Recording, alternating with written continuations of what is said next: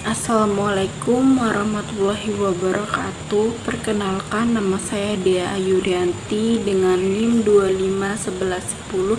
25111024312008. Di sini saya akan mempresentasikan PPT saya hasil dari makalah pengantar bisnis dari bab 1 hingga bab 15. Dimulai dari bab pertama, yaitu dengan judul pengertian dan konsep bisnis. Pada bab pertama ini, saya akan membahas tentang pengertian dan konsep bisnis. Bisnis adalah kegiatan yang dilakukan oleh individu atau kelompok untuk menghasilkan barang atau jasa dengan tujuan memenuhi kebutuhan masyarakat sekaligus memperoleh keuntungan. Dalam kehidupan sehari-hari, kita sering melihat berbagai bentuk bisnis, mulai dari warung kecil, toko online, hingga perusahaan besar. Semua usaha tersebut memiliki tujuan yang sama, yaitu menyediakan produk atau jasa yang dibutuhkan masyarakat. Aktivitas utama dalam bisnis meliputi produksi, distribusi, pemasaran, dan pelayanan kepada pelanggan. Misalnya, sebuah usaha roti memproduksi roti, mendistribusikannya ke toko atau konsumen, mempromosikannya melalui media sosial, dan memberikan pelayanan yang baik kepada pelanggan. Tujuan bisnis bukan hanya mencari keuntungan, tetapi juga menciptakan lapangan kerja, meningkatkan kesejahteraan masyarakat, dan menjaga keberlangsungannya usaha dalam jangka panjang. Yaitu selanjutnya bab 2, etika dan tanggung jawab sosial. Etika merupakan pedoman yang digunakan seseorang atau perusahaan untuk menentukan tindakan yang benar atau salah. Dalam dunia bisnis, etika sangat penting karena berkaitan dengan kepercayaan konsumen. Perusahaan yang menerapkan etika bisnis akan lebih dipercaya oleh pelanggan. Contohnya adalah memberikan informasi produk secara jujur, tidak melakukan penipuan, tidak mengurangi timbangan barang, serta memberikan pelayanan yang baik kepada pelanggan. Selain etika, perusahaan juga memiliki tanggung jawab sosial atau CSR. Tanggung jawab sosial berarti perusahaan tidak hanya memikirkan keuntungan, tetapi juga memperhatikan masyarakat dan lingkungan sekitar. Contohnya adalah memberikan beasiswa pendidikan, membantu korban bencana alam, melakukan penghijauan, atau memberikan bantuan kepada masyarakat yang membutuhkan. Dengan adanya tanggung jawab sosial, hubungan antara perusahaan dan masyarakat akan menjadi lebih baik lagi. Selanjutnya yaitu bab 3 dengan judul bisnis global. Bisnis global adalah kegiatan bisnis yang dilakukan antar negara. Saat ini perkembangan teknologi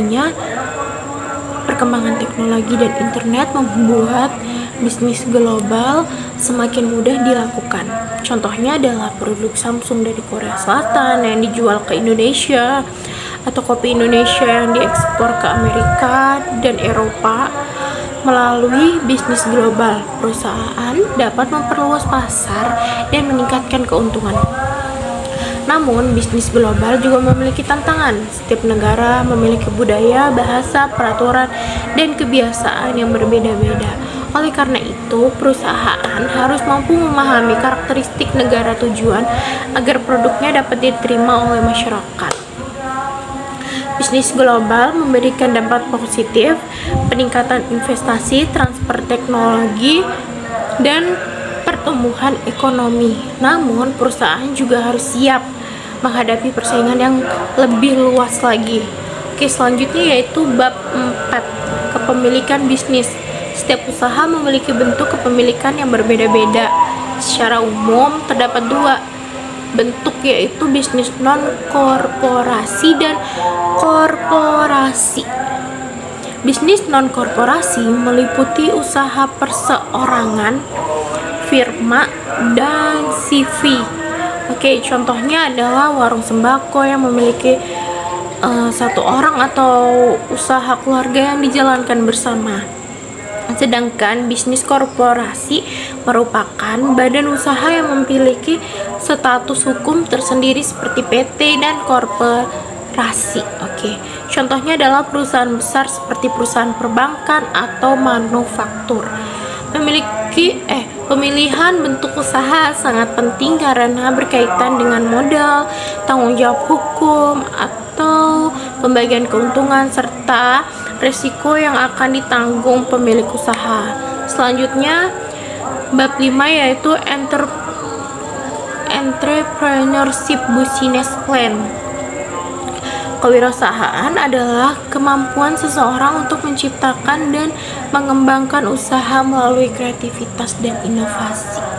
Seseorang wirausahawan harus mampu melihat peluang yang ada di sekitarnya. Contohnya itu mahasiswa yang melihat banyak taman, kampus yang membutuhkan makanan cepat saji, lalu membuka usaha makanan-makanan ringan. Apapun yang bisa dibuka di lingkungan mahasiswa. Agar usaha berjalan dengan baik, diperluaskan business plan atau rencana bisnis. Business plan berisi tujuan usaha, target pasar, strategi pemasaran, kebutuhan modal, dan perkiraan keuntungan. Dengan adanya business plan, usaha akan menjadi lebih terarah dan resiko kegagalan dapat diminimalkan. Selanjutnya bab 6 yaitu memahami lingkungan bisnis.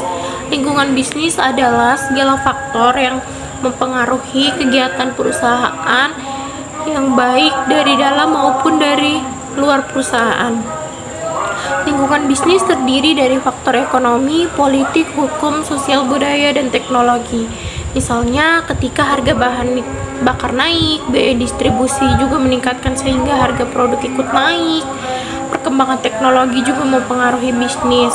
Saat ini banyak perusahaan beralih pemasaran digital karena lebih cepat dan menjangkau lebih banyak konsumen. Oleh karena itu, perusahaan harus mampu menyesuaikan diri karena perubahan lingkungan agar tetap bertahan dan berkembang untuk selanjutnya.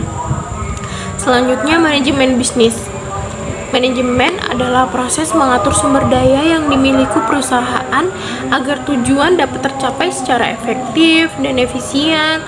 Terdapat 4 fungsi utama manajemen, yaitu perencanaan, pengorganisasian, pengarahan, dan pengendalian.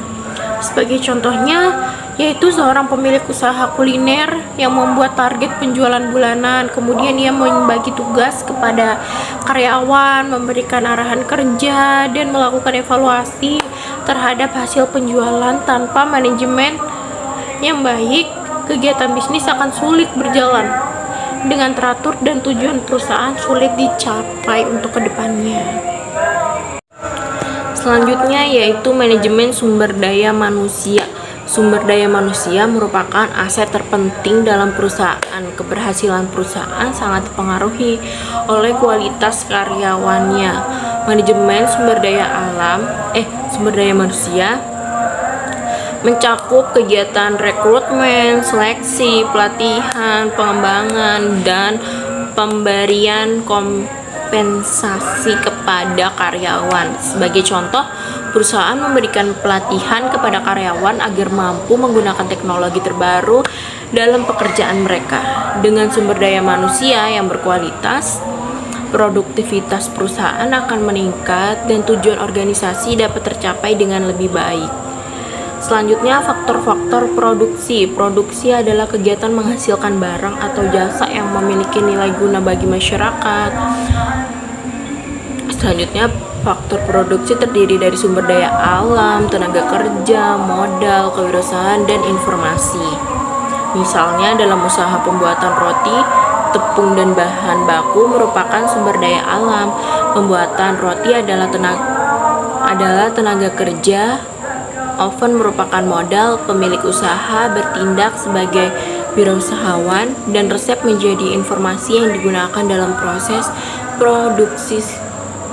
Semua faktor tersebut harus dikelola dengan baik agar menghasilkan produk yang berkualitas. Selanjutnya, manajemen produksi dan kualitas. Manajemen produksi bertujuan memastikan produk berjalan dengan lancar dan efisien. Selain itu, perusahaan harus menjaga kualitas produk agar sesuai dengan harapan pelanggan. Kualitas yang baik akan meningkatkan kepuasan dan loyalitas konsumen. Contohnya perusahaan air minum selalu melakukan pengecekan kualitas air sebelum produk dipasarkan ke masyarakat. Dengan kualitas yang baik, perusahaan dapat mempertahankan pelanggan dan meningkatkan daya saing. Selanjutnya, manajemen pemasaran. Pemasaran merupakan kegiatan memperkenalkan produk kepada konsumen agar produknya terkenal dan dibeli oleh orang-orang sekitar dan masyarakat. Dalam pemasaran terdapat konsep 4P, yaitu produk, price, plans, atau terakhir yaitu promotion. Sebagai contoh, usaha minuman kekinian harus memiliki produk yang menarik, harga yang sesuai, lokasi yang mudah dijangkau, serta promosi yang aktif melalui sosial media yang ada. Perusahaan juga harus memahami perilaku konsumen agar dapat menawarkan produk yang sesuai dengan kebutuhan pasar. Selanjutnya yaitu mengelola modal dan keuangan bisnis. Keuangan bisnis berkaitan dengan pengelolaan dana perusahaan. Dana tersebut digunakan untuk operasional, pembelian bahan baku, pemasaran, dan pengembangan usaha. Sumber modal dapat berasal dari modal pribadi, pinjaman bank maupun investor. Sebagai contohnya, seorang yang ingin membuka usaha makanan membutuhkan modal untuk membeli peralatan dan bahan baku untuk membuatnya. Pengelolaan keuangan yang baik akan membantu perusahaan bertahan dan berkembang dalam waktu jangka panjang. Selanjutnya, digital transformation. Transformasi digital itu adalah pemanfaatan teknologi digital untuk meningkatkan efektivitas dan efisiensi bisnis. Saat ini, hampir semua bisnis menggunakan teknologi, mulai dari promosi melalui media sosial hingga transaksi menggunakan aplikasi digital. Contoh UMKM yang sebelumnya hanya berjualan secara langsung, kini dapat menjual produknya melalui Shopee, Tokopedia, ataupun TikTok Shop. Meskipun memberikan banyak manfaat, transformasi digital itu juga memiliki resiko seperti pencurian data atau serangan siber. Oleh karena itu, keamanan informasi harus menjadi perhatian perusahaan. Yang terakhir yaitu memahami bisnis Islam. Bisnis Islam adalah kegiatan usaha yang dijalankan berdasarkan prinsip-prinsip syariah. Prinsip utama dalam bisnis adalah kejujuran, keadilan, transparansi, dan menghindari riba, gharar, serta maisir. Contohnya, seorang pedagang harus menjelaskan kondisi barang yang dijual dengan jujur dan tidak menipu pelanggannya. Bisnis Islam tidak hanya bertujuan memperoleh keuntungan, tetapi juga mencari keberkahan dan memberikan manfaat bagi masyarakat sekitar dan yang membelinya. Yang terakhir yaitu penutup. Dari seluruh materi yang telah saya pelajari, dapat disimpulkan bahwa bisnis merupakan kegiatan penting yang berperan dalam memenuhi kebutuhan masyarakat dan meningkatkan kesejahteraan ekonomi. Keberhasilan bisnis dipengaruhi oleh banyak faktor seperti manajemen, pemasaran, sumber daya manusia, produksi, keuangan, etika bisnis, serta kemampuan pemanfaatan teknologi digital.